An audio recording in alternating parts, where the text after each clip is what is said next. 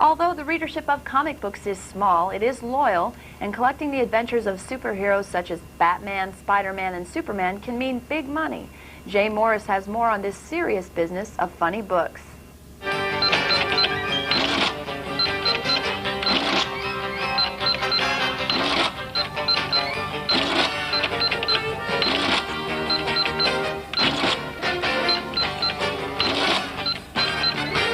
Okay, total comes to $73.95. Will this do?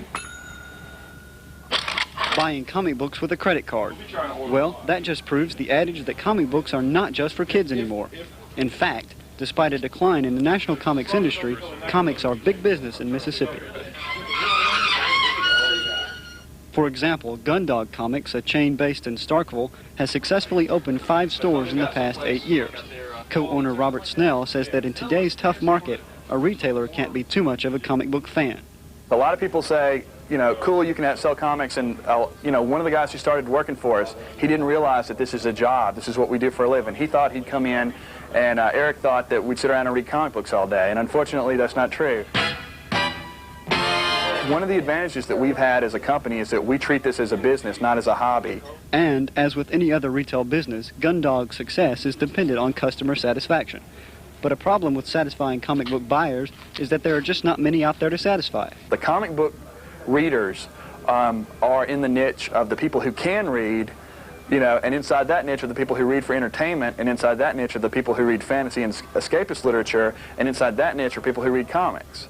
So it's a very small but loyal niche, and if you can serve them, they'll take care of you. Kurt Collins, the manager of Star Store in Jackson, also believes that satisfying comic readers may be a tough task, but it is the only way to keep customers coming back. There are a lot more adult readers of comics now, but there are still a few people that feel uncomfortable about buying a comic book. I can't imagine why, but here they don't have to worry about that. We speak their language. But since comic book buyers are such particular consumers, you have to wonder exactly what popular taste is these days. I'm very selective on the titles I buy. It has to have a good flow. It has to work well. There are some stories that no matter how hard they try, they couldn't get that thing to sell even if they gave away free fish. Free fish or not, comics with their average $2.50 cover price are currently marketed to adults.